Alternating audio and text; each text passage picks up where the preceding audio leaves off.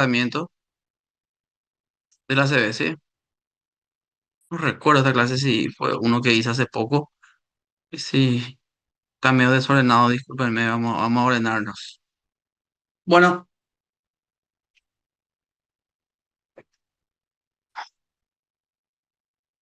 o sea, la clase tratará del ACV isquémico, ¿verdad? Por el tratamiento de ACV isquémico porque es el más frecuente. Dijimos que el 80% de los ACV son isquémicos, ¿sí? Y un 20% son hemorrágicos. La hemorragia obviamente más controla la presión y no hay muchas cosas que hacer en el sentido de medicación y eso, ¿sí? Entonces, vamos a hablar más del isquémico, donde sí podemos, bueno, es el más prevalente y también donde podemos hacer algo por el paciente, podemos cambiar un poco la historia natural de si no hacemos nada, cómo va a quedar el paciente. Ok. ¿Me escuchan bien, verdad? Ok. ¿Cómo hago para sacar este? Bueno, ahí. La causa, estamos ya con un paciente con diagnóstico de ACV isquémico. Ya tenemos el diagnóstico. Dijimos que el ACV era el déficit brusco neurológico por una falla en la circulación cerebral, ¿verdad? Que puede ser isquémico o hemorrágico. El isquémico se debe a aterotrombosis, dijimos, o a cardioembolia, lo más frecuente, o causas inhabituales, o el lacunar. Eso hablamos antes de ayer. Entonces estamos ante un ACV isquémico confirmado ya por tomografía. La tomografía dijimos que va a ser normal o puede mostrar una hipodensidad ya, depende del tiempo que le hagamos la tomografía. O si una resonancia, dijimos que en la difusión va a haber restricción a la difusión. Dijimos que la marca radiológica del ACV isquémico es la restricción a la difusión. ¿Se acuerdan, verdad? Esa parte se acuerdan. Están más o menos entendiendo lo que estoy diciendo, ¿verdad? Que el diagnóstico clínico es por por un cuadro súbito, ¿verdad? Un problema vascular generalmente es súbito, eh, que el síntoma iba a depender de la zona de donde está comprometido la arteria, ¿verdad? O su rama, eh, ¿verdad? La arteria donde está comprometida va a ser el síntoma, ¿verdad? Si es la arteria cerebral posterior, su zona de trabajo de la cerebral posterior es la zona posterior del cerebro, es la zona occipital, entonces el paciente va a tener mianopsia. Si afecta también parte del tálamo, dijimos que puede dar dolor del hemicuerpo afectado, con debilidad, si afecta áreas motoras, si afecta áreas sensitivas, va a tener trastorno sensitivo, hipoestesia, ¿sí? Bueno, estamos ya ahora. Es cardioembólico. Se confirma por un electrocardiograma o por un, qué sé yo, le controlamos el pulso y es arrítmico con el área central. Entonces, estamos hablando de un ACV cardioembólico. ¿Qué hacemos en el ACV cardioembólico? Generalmente anticoagulamos. Y hoy vamos a hablar cuándo anticoagular, ¿verdad? Porque esa es la pregunta que siempre me hace el residente o antes alguien que me escribe, ¿anticoagulamos o no, doctor? No sabemos porque el ACV es grande. ¿Qué hacemos? ¿No va a sangrar? Ay, ¿qué pasó acá? Em, si el ACV es pequeño, ¿será que ya puedo anticoagularle si no hay riesgo de sangrado? Ah, ¿se entiende? La anticoagulación no es que va a mejorar el cuadro agudo, es para la prevención secundaria, ¿se entiende? No se anticoagula al paciente por querer abrir la arteria que está tapada, la anticoagulación no va a mejorar eso, ¿sí? No es un fibrinolítico el anticoagulante. Digo esto porque es muy común todavía ver pacientes que están recibiendo heparina, dosis anticoagulante y el paciente con ACV isquémico sin ningún motivo, ¿verdad? Es porque en teoría la gente piensa, no sé, que o antes hacía eso, le anticoagulaban a los pacientes con ACV isquémico, ¿verdad? Sin que sea cardioembólico, digo, como para pensar que eso va a abrir, restablecer el flujo sanguíneo. No va a hacer eso, o sea, de entrada no se le anticoagula al paciente con ACV isquémico, ¿verdad? Lo que tengo que ver es si está en periodo de ventana para trombolizarle, ¿verdad? O hacerle trombectomía mecánica con la trombolisis endovenosa. Y si no le hago eso, no le anticoagulo tampoco, ¿verdad? No es porque no, ya que no le voy a hacer trombolizar, que no le anticoagulo ya que no le voy a poder hacer el trombolítico? No tiene sentido eso, ¿sí? Porque yo voy a anticoagular al paciente para como una prevención secundaria, para que no haga otra vez otra ACV, porque confirmé que el paciente tiene la causa de su ACV isquémico fue una FA, una fibrilación auricular, una arritmia cardíaca o una cardiopatía isquémica con fracción de eyección baja, o sea, con una cardiopatía dilatada, ¿verdad? Eh, ¿Se entiende? O tiene una válvula reumática, una válvula mitral protésica ahí, o por eso le anticoagulo, para evitar un nuevo ACV, no porque voy a ayudarle en algo, ¿sí? Bueno, no es cardioembólico. El ACV isquémico probablemente sea un heterotrombótico. Ahí tengo que ver si es de grandes vasos o de pequeños vasos. De grandes vasos sería de la carótida interna, por ejemplo, o la cerebral media, ¿verdad? Entonces, sí, veo que hay un vaso carotídeo, una arteria carotídea del lado de la lesión. Eso también, ojo, ¿verdad?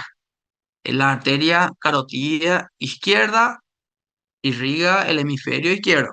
Bueno, entonces en el hemisferio izquierdo de una CB, siendo el caso nomás clínico que hablamos antes de ayer, del paciente se quedó con afasia y debilidad en mi cuerpo derecho, vamos a decirle que el problema es la carótida interna, tiene una placa de ateroma y es mayor al 70% de estenosis, tiene una estenosis mayor al 70%, tengo que evaluar si puedo indicarle al paciente cirugía o STEM, STEM por cateterismo, ¿verdad? Por endovascular.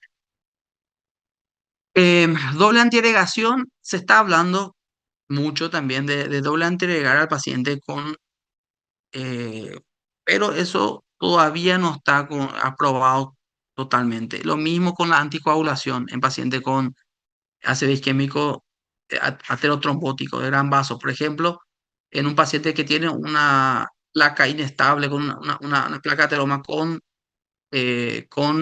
úlcera, algunos estudios hablan que le puede mejorar dosis bajas de rivaroxaban, por ejemplo, ¿verdad? Pero eso todavía no está aprobado, ¿verdad? Pero sí se habla de eso. Otro caso sería, por ejemplo, un gran vaso con disecado, una disección de la arteria. La disección arterial, usted sabe que puede ocurrir y provocar ACV químico, porque la disección provoca una falsa luz en esa zona donde está la ruptura del endotelio. eh, Obviamente las plaquetas van a ir ahí a querer solucionar el problema y van a traer más problemas, ¿verdad? Van a formar trombos. En esos casos se vio, ¿verdad? En los estudios mostraron que se puede antiagregar o anticoagular. El resultado es el mismo y no aumenta el riesgo de sangrado.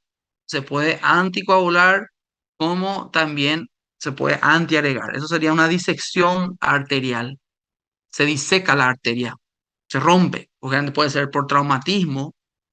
Yo ya tuve pacientes con disección arterial carotidia por accidente de moto, por ejemplo. El accidente de moto no le produjo ningún traumatismo grave, nada, pero el paciente 24 horas después de su caída de moto comienza a tener bruscamente a perder la fuerza del un hemicuerpo. Probablemente disecó la arteria y la arteria con la falsa luz ahí, la parte que está ahí, la pared rota, hay trombos, ¿verdad? Las plaquetas ya se van juntando hacia ahí y produciendo ateroembolia se llama, ¿sí? En esos casos de disección se puede como antiagregar como como anticoagular. No hay diferencia, resultado. No hay riesgo de sangrado. Bueno, causa peculiar inhabitual depende de cada caso, ¿verdad? Eh, entonces, hay causa inhabitual depende de cada caso. Si hay una trombofilia, generalmente también anticoagulamos. La anticoagulación también se hace no solo en la cardioembólica, sino también en las causas inhabituales como la trombofilia y la anticoagulamos. Antibiótico dice ahí en una parte, claro, porque a veces se ve por microaneurisma que provoca a veces una endocarditis, por ejemplo, ¿verdad? Ahí no le damos a anticoagular porque ahí son gérmenes que están embolizando, ¿verdad? Pequeños vasos, ¿sí? Un infarto lacunar generalmente se hace, o el criptogénico. Criptogénico es el indeterminado. Indeterminado o criptogénico es lo mismo, ¿sí? Acuerdan la clasificación de ACV isquémico. Cardioembólico, aterotrombótico. Voy a poner acá, le voy a poner con el puntero láser. Podría ser cardioembólico, aterotrombótico, causa inhabitual, indeterminado. Y aterotrombótico puede ser de gran vaso o pequeño vaso. El pequeño vaso es el que es lacunar. En esos casos dijimos que el tratamiento consiste en antiagregación, ¿sí? Estatinas y medidas de cambio de estilo de vida, ¿verdad? Dejar de fumar, bajar de peso, ejercicios y compañía. Bueno, vamos a ver este video un ratito.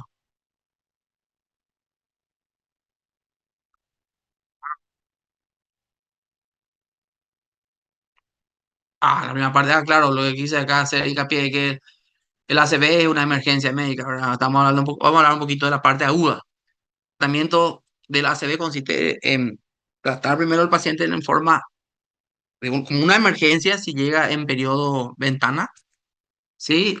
Diferenciar el ACV, si es isquémico o hemorrágico, depende, dijimos, de la tomografía, ¿sí? No depende de, de la clínica. No podemos hacer tratamiento por clínica, dijimos que tenemos que únicamente hacer la tomografía para poder ver si es hemorrágico y si el hemorrágico, si sale una hiperdensidad en la tomografía, decimos que es hemorrágico. ¿Verdad? Y la hemorragia te puede ser parenquimatosa o dijimos subaracnoidea, que representa entre el 10 al 15%. Y el 85, algunos dicen 80% representa el isquémico y tenemos que ver si aterotrombótico, cardioembólico, inhabitual o indeterminado. La hemorragia dijimos que se debe por una ruptura de un vaso sanguíneo y el isquémico por una obstrucción del flujo de sangre al cerebro, ¿sí? Que podría ser cardioembólico, aterotrombótico, causa inhabitual o indeterminado. Ya les dije varias veces. El ácido hemorrágico se clasifica entonces en hemorragia intraparenquimatosa o subaracnoidea por ruptura de un aneurisma. Y el isquémico le dije varias veces ya. El y lacunar me olvidé de decir hace rato. Aterotrombótico, cardioembólico, lacunar, inhabitual o indeterminado. ¿Sí? Esto ya está, pueden hacer ahí un foto y ya está. Este ya le mostré también en el video. Bueno, si vemos que hay un coágulo ahí, ¿verdad? Obviamente anticoagulante, pero si vemos si es un problema de placa antiagregante y estatina, y si es un problema de aneurisma, probablemente lo que le vamos a hacer ahí es que es poner unos coil o poner un clip, tratar de tapar esa ruptura neurismática, ¿sí? Ok, pues vamos a quitar acá el sonido este. La hemorragia parenquimatosa ya les comenté ayer cuáles son las causas principales. Cuando es profundo es la hipertensión, puede ser si es superficial es más la angiopatía amiloide, puede ser malformaciones vasculares, coagulopatías, un tumor que tiene neoangiogénesis y sangra. La subaranoidea es la causada por ruptura de aneurisma, ¿sí? Y el isquémico dijimos que podría ser aterotrombótico, cardioembólico, lacunar, inhabitual o indeterminado. Eso tienen que ustedes poder diferenciar. A ver, este video, un ratito, miren el video. Hay una placa de ateroma, la sangre ahí va pasando por ese lugar estrecho ahí. Placa aterosclerótica, ya sabemos. ¡Bim! Ahí está el accidente de placa. Y ahí viene la plaqueta a formar su trombo y ahí se cierra el camino ahí. Entonces, o el corazón, porque hay sangre estacionada ahí, ¡pum! Emboliza un coágulo que va a cerrar una arteria en el cerebro, la cardioembolia. Eso usted ya sabe. Bueno,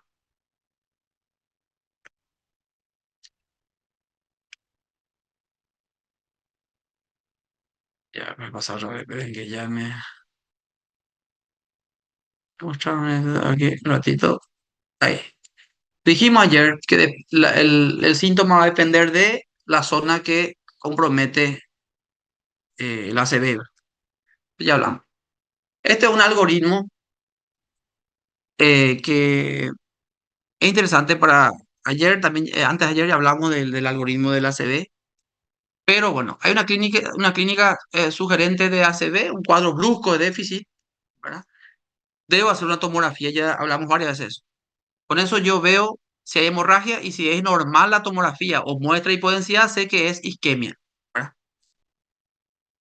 Entonces lo que ya veo, si es isquémico, tengo que buscar, ¿será que hay contraindicaciones para la fibrinolisis? Es una forma interesante de pensar así.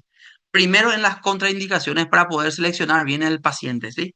Si yo veo que hay contraindicaciones de fibrinolisis, por ejemplo, el paciente te dice que se operó hace un mes de una cirugía de un cáncer o de un tumor o de una cirugía grande, está contraindicado la pironolisis, sí, porque puede sangrar esa herida, ¿sí? O tuvo un ACV isquémico en menos de 3 meses atrás hace menos de 3 meses atrás tuvo un ACV isquémico, ese ACV puede también sangrar, ¿sí? Entonces está contraindicado la fibrinolisis. Eh, Hay una lista que también solemos tener ahí a mano para ver las contraindicaciones. Por ejemplo, el paciente está cursando con dengue y tiene plaquetas menos de 50.000. Obvio que no le voy a trombolizar, ¿sí? Porque va a sangrar como loco el paciente. El paciente, otro ejemplo de contraindicación. Como dije, que tenga un ranking muy alto. Como le dije la vez pasada, que el paciente ya lo ha encamado con demencia, y es una contraindicación, ¿verdad? ¿Qué tanto le voy a ayudar? Y lo único que aumenta el riesgo, el sangrado. Pero si no hay contraindicaciones, veo el tiempo de evolución. El paciente no tiene contraindicación para trombolisis, el paciente candida está en periodo de ventana, en menos de 4 horas y media, sin dudar, le hago la fibrinolisis, le hago el Activise, ¿verdad? O sea, el RTPA. Si es, dijimos, un vaso grande, como por ejemplo la carótida interna es la que se obstruyó, o la cerebral media, en la zona proximal de la cerebral media, tengo que enviarle también a sala de hemodinamia para hacer una arteriografía y ver si se restableció el flujo. Si no, también le hago trombectomía mecánica. Bueno, si pasa las 4 horas y media, yo ya no le puedo hacer fibrinolisis endovenoso. Después de las 4 horas y media no se realiza trombolisis o fibrinolisis, ¿sí? La trombolisis, o sea, la fibrinolisis se realiza en el periodo de menos de 4 horas y media. En ese periodo de menos de 4 horas y media también se le puede sumar a la fibrinolisis la trombectomía. No es que menos de 4 horas y media sí o sí tiene que ser solo trombolítico, no puedo hacer trombectomía. No, depende de si es un gran vaso o no. Si es más, ya después de las 4 horas y media, pasado las 4 horas y media, ahí solo me resta la trombectomía. Pero ahí depende ya de que el mismatch, ¿se acuerdan? Si hay penumbra, entonces ahí usamos imagen multimodal. Utilizamos la perfusión, por ejemplo. Entonces con la perfusión puedo determinar si hay zonas que yo puedo ayudar a salvar.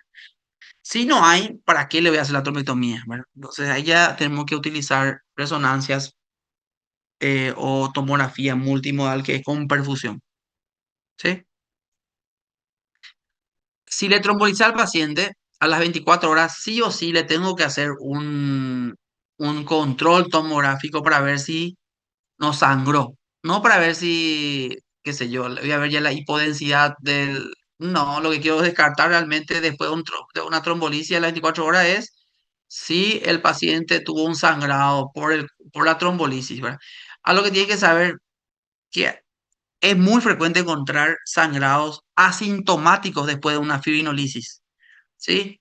Y eso no le tiene que a usted asustar.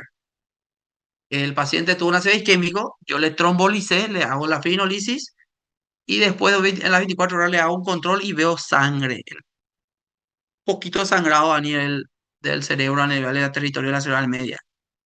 Tranqui. Si no empeoró su NIH, Si su escala de NIH no empeora, quiere decir que un sangrado asintomático, tranqui, no hay que desesperarse. No metí la pata allí.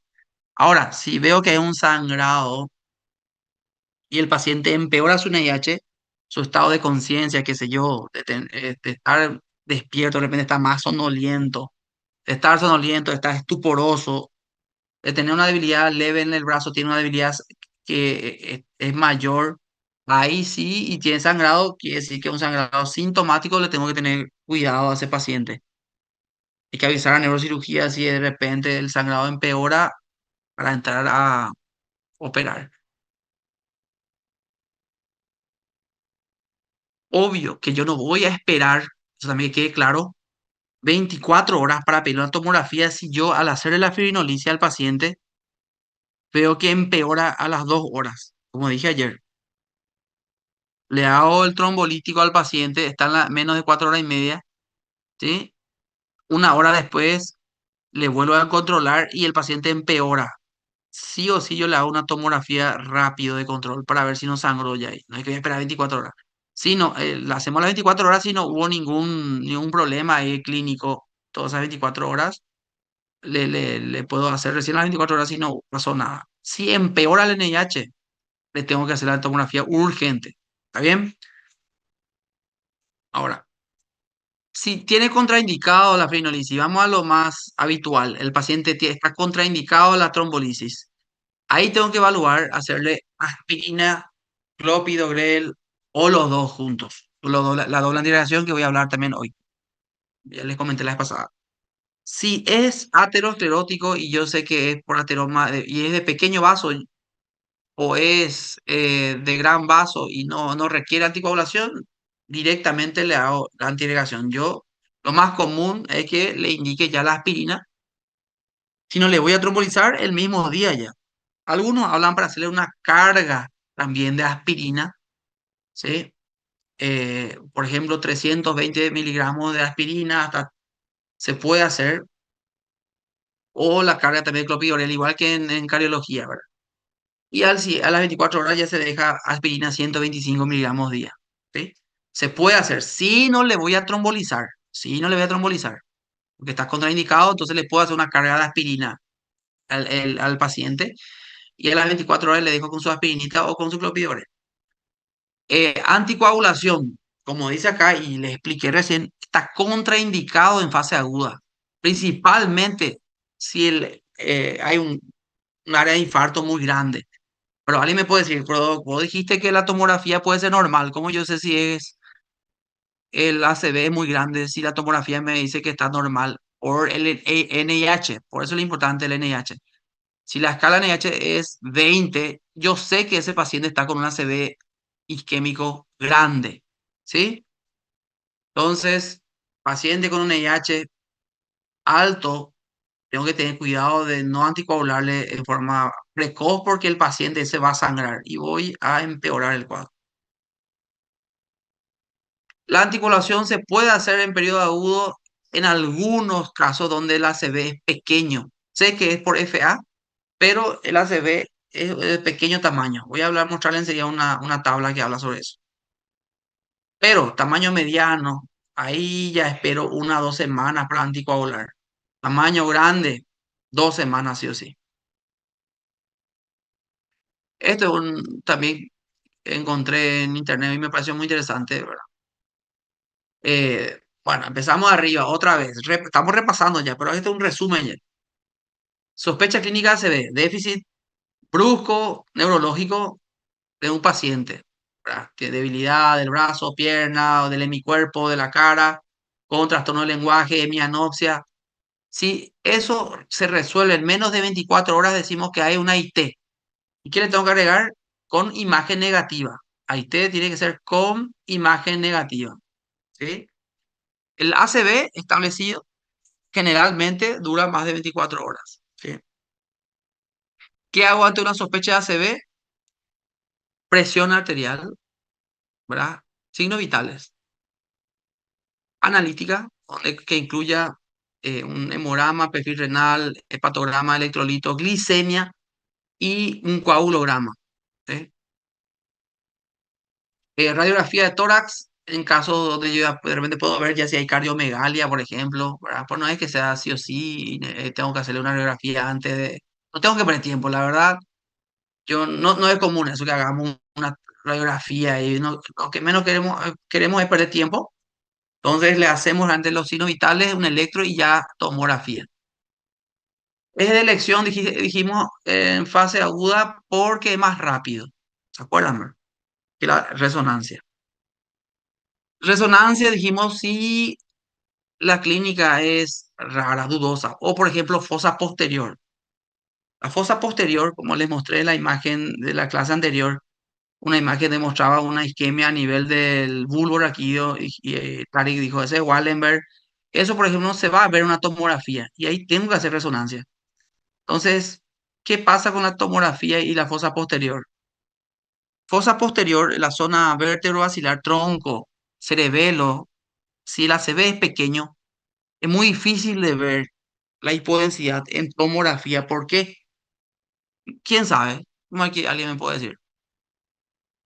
¿Por qué es complicado ver ACV isquémico de fosa posterior con tomografía?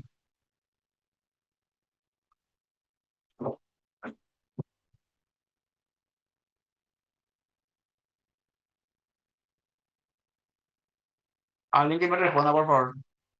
Mientras le cargo a mí la batería de mi...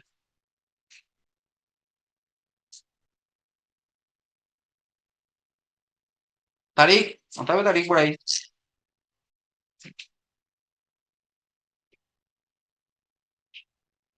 Que Tarik está jugando. ¿Cómo alguien, Nelson,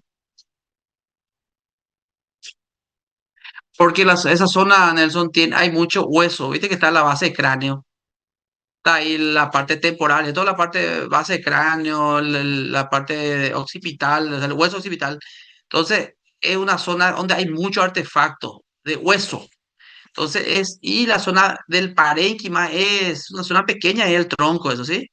Entonces, no se ve muy bien. Entonces, si vos tenés un paciente, por ejemplo, que tiene un vértigo, Nelson, vértigo. Y vos decís, pero el vértigo puede ser periférico también, obvio, pero le evaluás y tiene eh, el HINS te ayuda, que es una escala que ayuda a ver si el vértigo es central o periférico, y vos ves que parece central, pero no te convence. Tomografía probablemente va a ser una tomografía normal. ¿Qué tienes que hacer? Resonancia, Nelson. Resonancia sí vas a poder ver la isquemia a nivel del tronco, del cerebelo, porque en la resonancia dijimos que en poco tiempo ya se puede ver, es una difusión. Entonces, si hay duda o la clínica es fosa posterior, resonancia. El tema es que es difícil conseguir resonancia. Yo entiendo, la gente me decía, pues, doctor, ponete en el lugar del que está, el siguiente que está en el hospital regional ahí.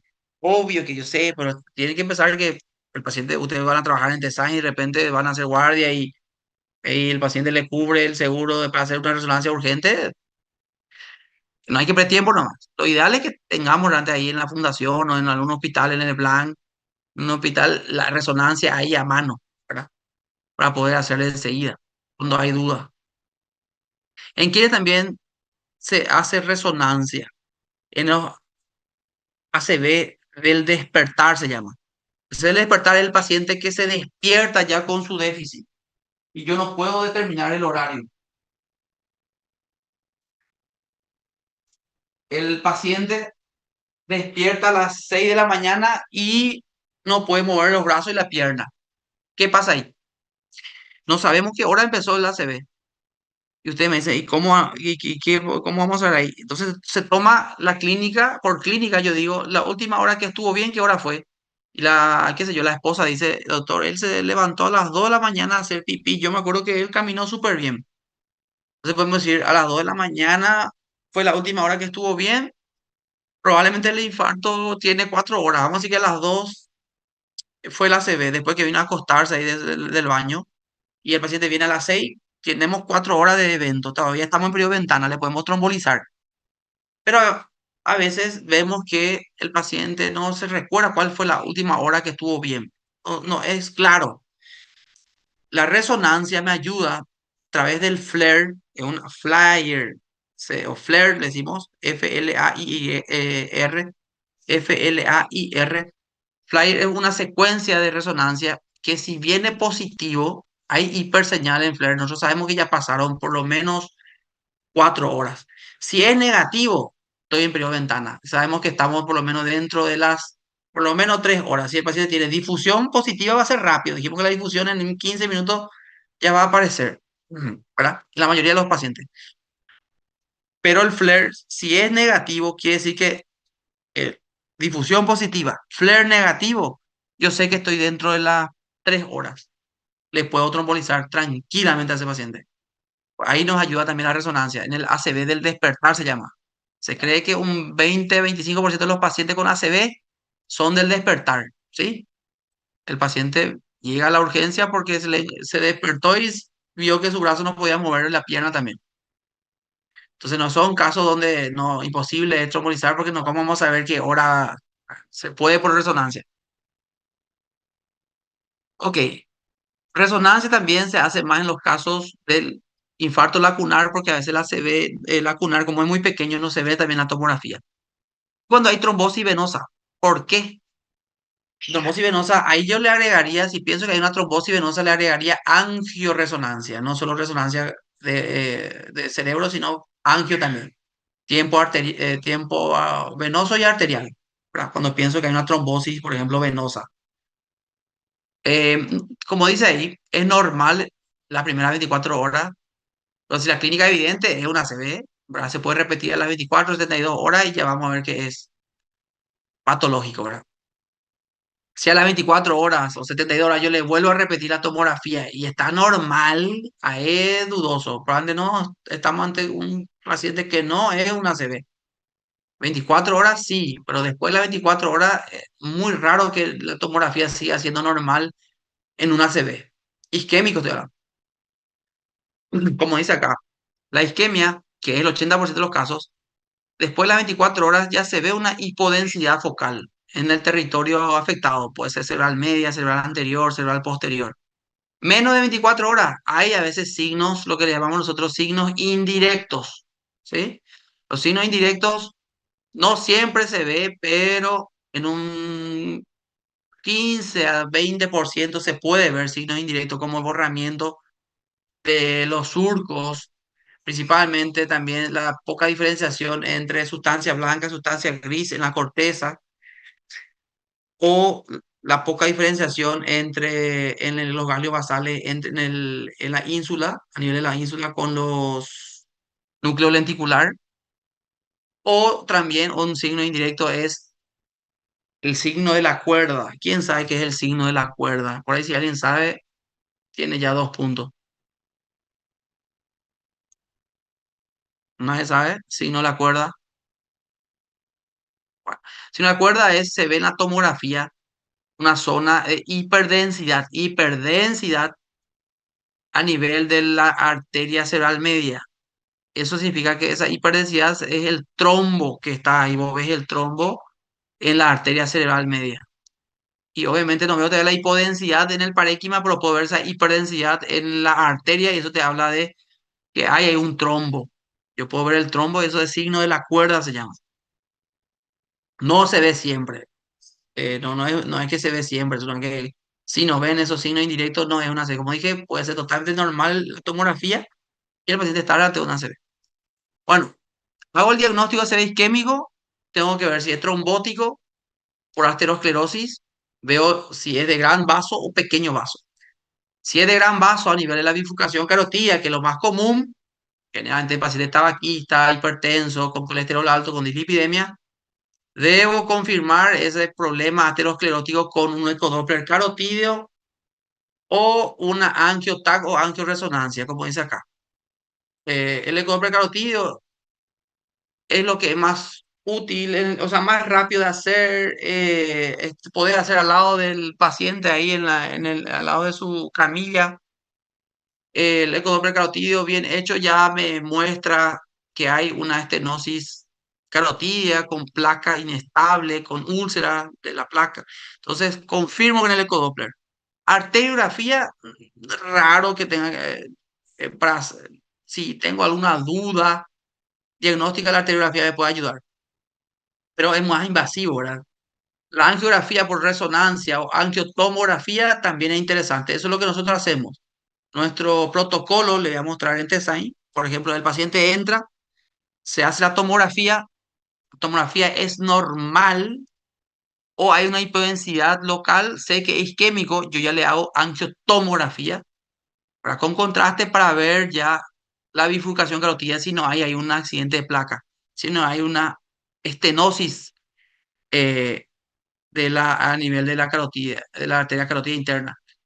O estenosis intracraneana también. Puedo ver, también, por eso pedimos una angiotomografía de cuello y cerebro. Yo puedo ver por la angiotomografía si hay una estenosis a nivel de la carótida o a nivel de la cerebral media.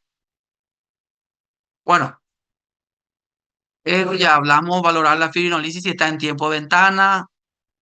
Si está, no está en tiempo de ventana, ya vino tarde, le puedo antiagregar con aspirina o clopidogrel.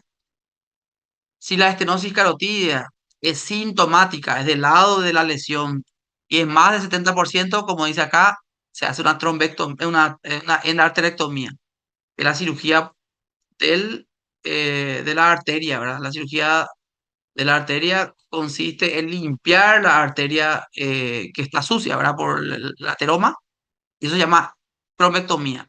O se le puede hacer, como dije, stem, le puede colocar un stent ahí.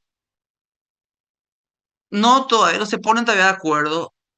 Dice evaluar cada caso cuando la estenosis de la arteria carotidia es entre 50 y 70%. Depende.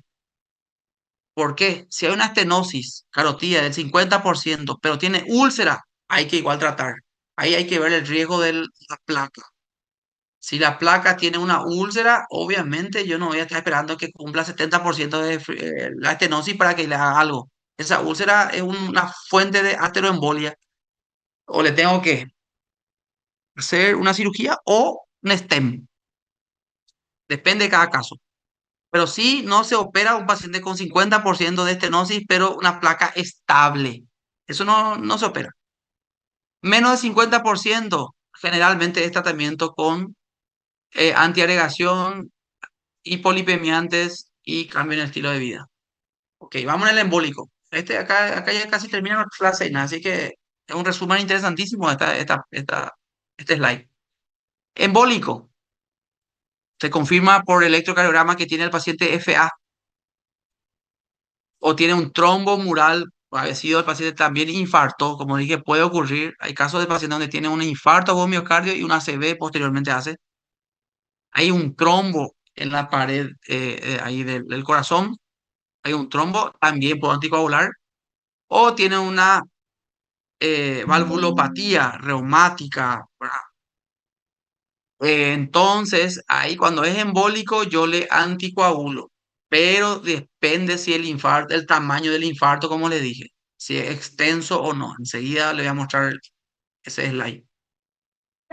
Si el infarto es lacunar, pequeño, vaso, generalmente le pido resonancia en vez de tomografía y lo que hacemos es controlar la presión, la diabetes y darle antiagregante. Y aspirina y atorvastatina. No se usa anticoagulante para lacunar. Esto ya es más raro. Causas inhabituales, como trombosis venosa.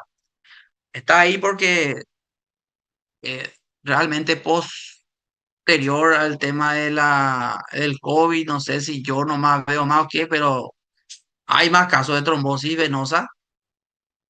La vacuna podría ser la causa totalmente. Está demostrado que algunas vacunas para el COVID también tienen un factor, ya se sabe el factor de riesgo que puede provocar, ¿verdad?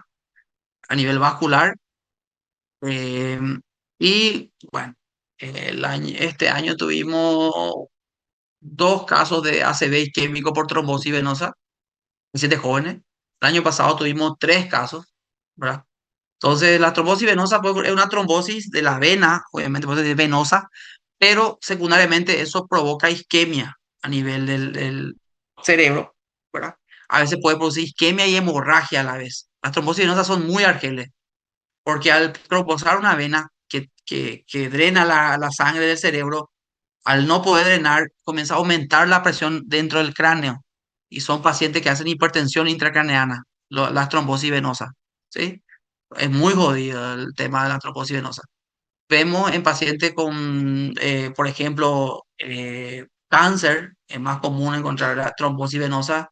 Mujeres en el puerperio, también mujeres que consumen anticonceptivos orales también tienen más riesgo de trombosis venosa. Tabaquista también.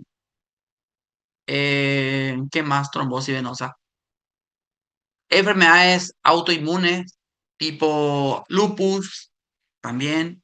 ¿Sí? Procesos hematológicos como trombofilia también pueden tener trombosis venosa. Ahí también se anticoagula. En estos casos generalmente también anticoagulamos. Ah, en los procesos sépticos también. En una endocarditis infecciosa valvular también puede dar ACV isquémico por trombosis venosa. Pero ahí no anticoagulamos, ahí el tratamiento es antibiótico, ¿verdad? ¿Qué más? El signo típico de la resonancia en la trombosis venosa es signo de la arteria delta vacía, se llama. ¿Sí? Con la tomografía o la resonancia con contraste se ve ese signo de vacío a nivel de que donde está el trombo en la vena. Causas raras, arteritis de la temporal, Takayasu, disección, como les dije, de las arterias, eh, estado de hipercoagulabilidad, ¿sí? Y así. Ok, dos slides más y ya terminamos, ¿sí? Tranqui, vamos a terminar a las 5. Pacientes que ingresan a la urgencia con un ACV isquémico, ¿qué debo hacer? Cuidar la vía aérea, obviamente, dijimos el ABCD. Monitoreo cardíaco, si es posible, un monitor tiene que tener el paciente. Soluciones salinas, no hacer destroza. Solución de suero fisiológico, el 0,9%. Oxígeno solo si hay hipoxemia. No es que todo paciente con ACV debe estar con su cánula de oxígeno, ¿sí? Eso, yo que sepan, porque no es que a veces dice, yo no le pusieron ni oxígeno, doctor, que a veces la familia ahí. Él me dijo, si no requiere, no hace falta, no se hace, ¿sí? Solamente si tiene hipoxemia, o sea, menor a 94 de saturación de oxígeno, ahí sí se debe hacer oxigenoterapia. Si no, no es necesario. Vigilancia neurológica a través de la escala de NIH que vimos en la clase pasada. La presión, pregunta también de siempre. ¿Cuándo bajar la presión? Y ahí les dice, la presión arterial solamente vamos a bajar si la presión arterial sistólica es mayor a 185 o la diastólica mayor a 110. Si no es mayor a eso, no toquen esa parte al paciente porque su cuerpo está intentando compensar esa trombosis y está intentando ahí aumentar la PAM para mejorar la perfusión cerebral. ¿Se entendió? Entonces, como le dije, no hace falta, no hay que bajar la presión arterial bruscamente en un paciente con ACV isquémico. ¿Sí? ¿Qué se puede usar? Labetalol o nitroprusiato. ¿Verdad? Labetalol es lo que más usamos, 10 a 20 miligramos endovenoso en 1 a 2 minutos. Eh, Si hay fiebre, sí o sí tratar eso. Como dijimos que la fiebre aumenta el metabolismo celular y el paciente ya, la neurona está ya sufriendo la poca irrigación sanguínea y yo le dejo otra vez con la fiebre, peor. Hay más consumo de oxígeno y peor. Entonces le tengo que tratar la fiebre. Se dice que en estos casos tratamos hasta febrícula. Realmente tratamos pacientes con mayor a 37,5 ya le damos antipiréticos. Manejo la hiperglicemia, como le dije, muchos de estos pacientes son diabéticos, están con su glicemia re alta, entonces tengo que hacerle insulinoterapia, corregir la hiperglicemia, ¿sí? Porque eso también empeora el pronóstico cuando no hay control de la glucemia.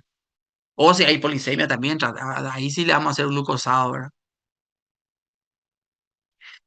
Profilaxis de trombosis venosa, sí, porque el paciente va a estar encamado, de repente nos moviliza la pierna, está con una debilidad total. Entonces podemos hacer compresión intermitente o dosis profiláctica de heparina, no dosis anticoagulante, dosis profiláctica.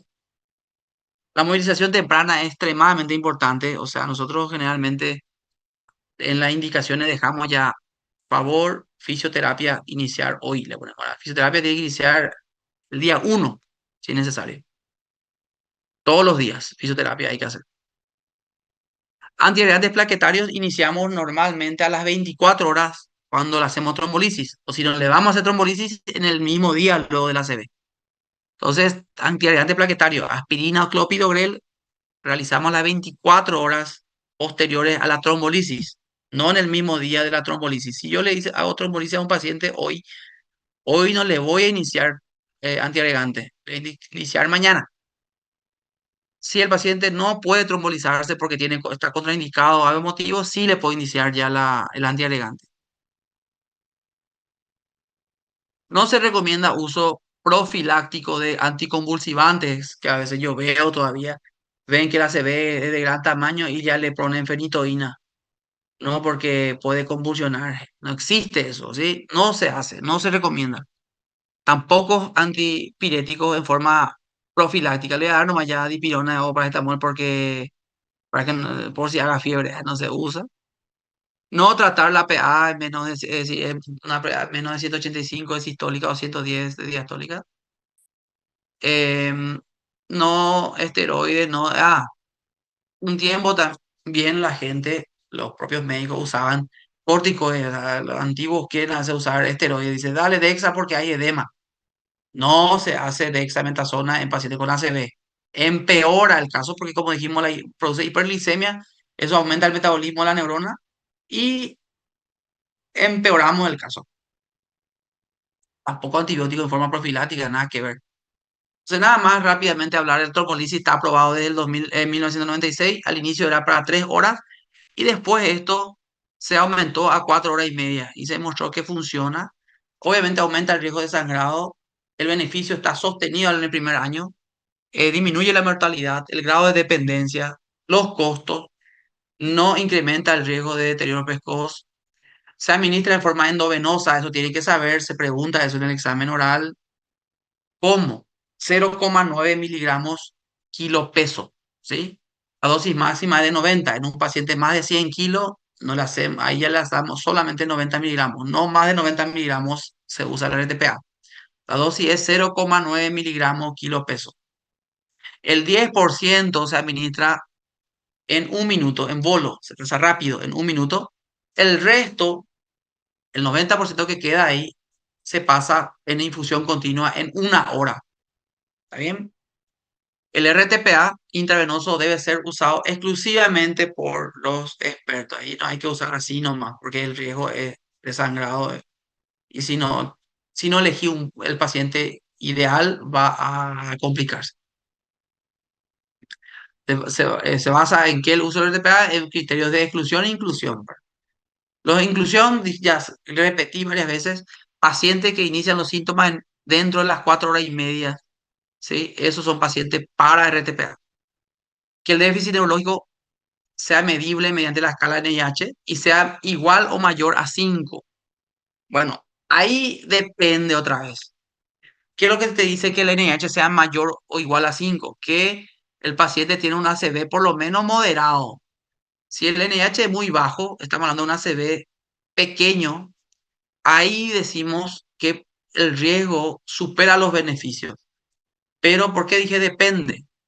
Como le dije la vez pasada, ¿qué pasa si un paciente tiene afasia y no tiene debilidad del brazo ni pierna? Solo afasia. El NIH va a ser 2. Y si te ya por estos criterios de inclusión no le vas a trombolizar, ¿verdad? Van a decir, no, que le va a trombolizar a un paciente con NIH 2, la escala tiene que ser mayor a 5, decir, pero el paciente se va a quedar sin hablar. O sea, obviamente que cada caso hay que tener en cuenta, depende del déficit.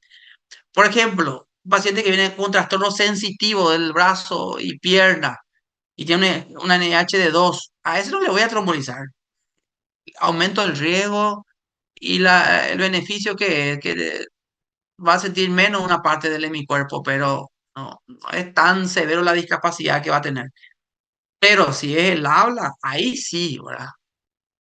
Que sea un paciente que es docente, que es abogado, médico o hace ventas, no puede quedarse sin hablar, ¿verdad? Entonces, ahí yo eh, a- eh, tengo que usar la lógica, el sentido común, ¿verdad? Pero entonces, generalmente usamos la escala mayor a 5 para decir, este es para trombolizar, pero si es una fascia y tiene escala menor, igual tiene 2 le voy a trombolizar igual. Bueno, síntomas neurológicos obviamente persistentes. Si el paciente viene, llega a la urgencia, o vos querés hacer todo lo correcto, ya le estás esperando con el trombolítico, le hace la tomografía, pero el paciente en tomografía recupera. Me pasó ya eso. Ya estoy ahí con la enfermera, ahí con el preparando el trombolítico. El paciente sale de tomografía recuperado totalmente, sin hacerle nada, sin hacerle el trombolítico. Recupera la fuerza muscular. No le voy a trombolizar, obviamente. No es que voy a decir, ay, le voy a hacer igual por si las moscas. No se hace. Tomografía sin evidencia de hemorragia, obviamente. Eso es lógico, ¿verdad? No le vamos a trombolizar a un paciente con hemorragia, obviamente. Ahí vamos a hacer, como dije la vez pasada, Guampa de Tacumbu. Y obviamente tiene que estar firmado el consentimiento informado por el familiar o por el responsable, ¿verdad? O por el paciente si está lúcido. La anticoagulación no está contraindicado en el periodo agudo, pero sí como tratamiento de prevención secundaria hacemos, ¿verdad? Cuando hay FA, cardiopatías embolígenas, como estenosis mitral de origen reumático, prótesis valvulares mecánicas, trastornos hematológicos, trombofilia, FA, que sabemos. Esto, el último, ahí, el penúltimo, dice, eso es opinión de expertos. La evidencia no es tan clara, pero siente con ACV isquémico que a pesar de,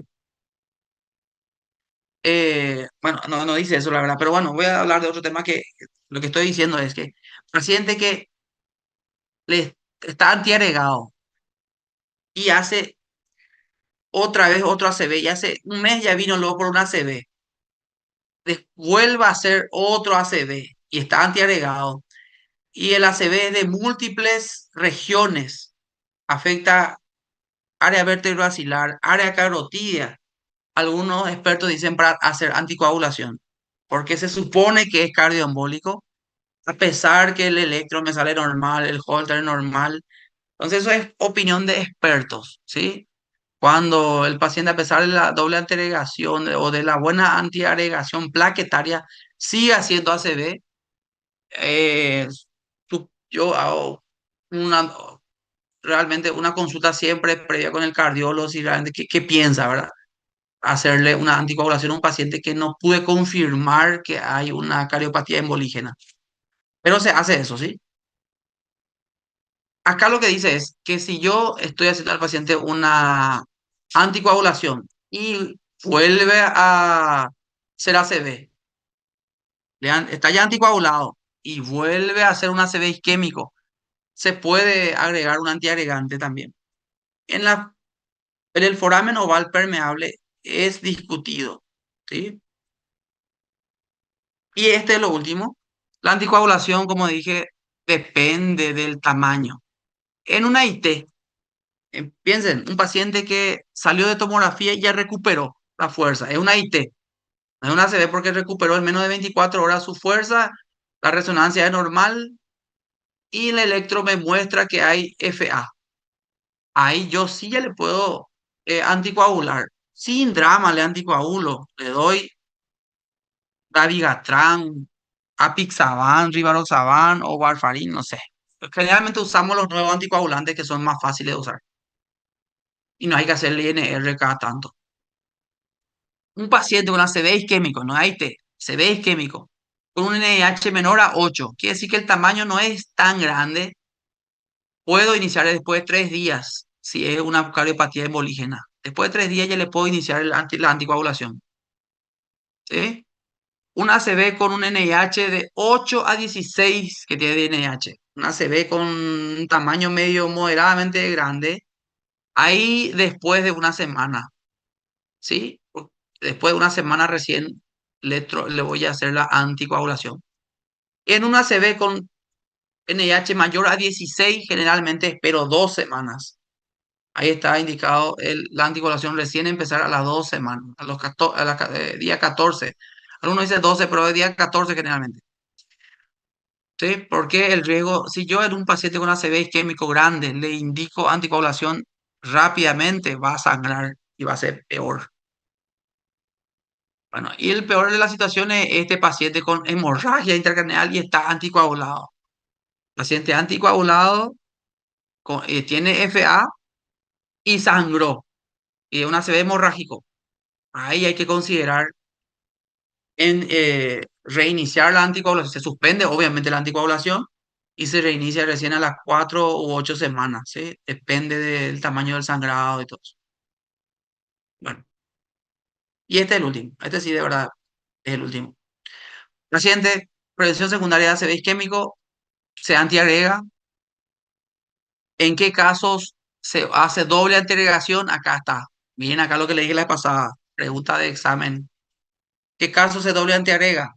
Cuando la estenosis intracraneana es mayor al 70%, estenosis intracraneana, no estoy hablando de estenosis de la carótida interna extracraneana, que es para endarterectomía, esa es otra cosa. Estenosis intracraneana, arteria cerebral media o rama, que tiene más del 70% de estenosis, se recomienda una doble antiagregación con aspirina y clopidogrel, ¿sí? En algunos casos dicen 21 días, otros dicen 90 días, ¿sí?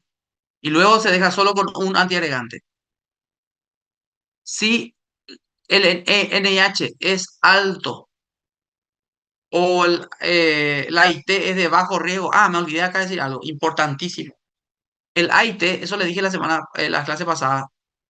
El AIT de alto riesgo. AIT, ¿se acuerdan que usábamos una escala de ABCD2 que era edad, presión, eh, diabetes, ¿verdad? Si la escala de ABCD2 es mayor a 4, se debe doble antiagregar el AIT.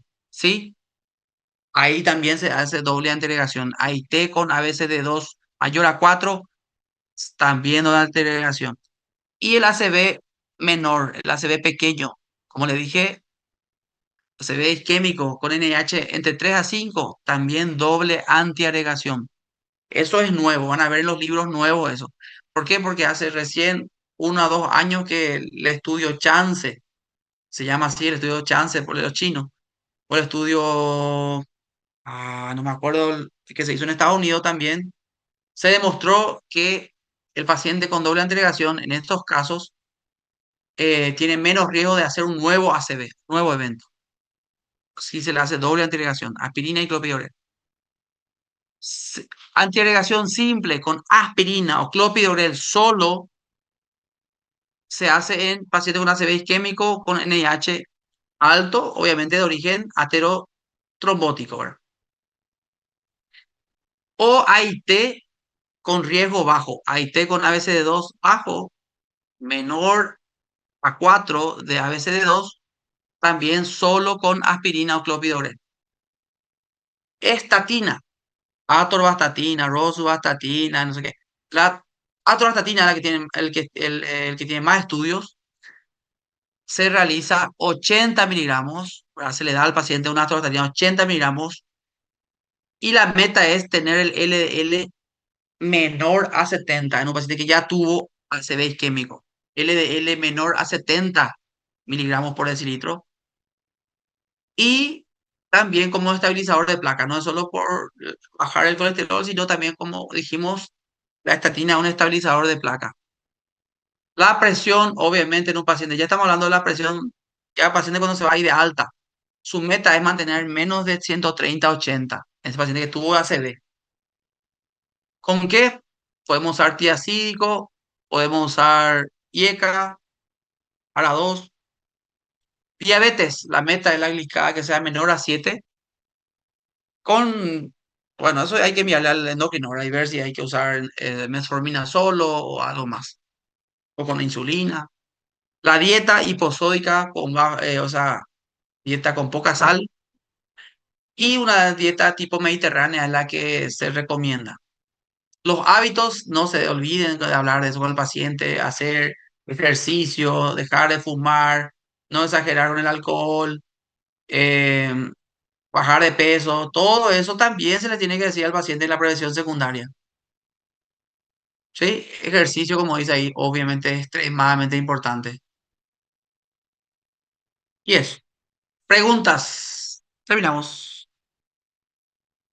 Creo que fue muy práctico lo de hoy. Eso es puramente clínica, ¿eh? Eso es, intenté resumir lo máximo posible ahí todo, porque es largo esta parte. ¿Qué hacer con la presión? ¿Qué hacer con, cuál es la meta? Depende. En el agudo, tanto. En la prevención secundaria, tanto. ¿Preguntas?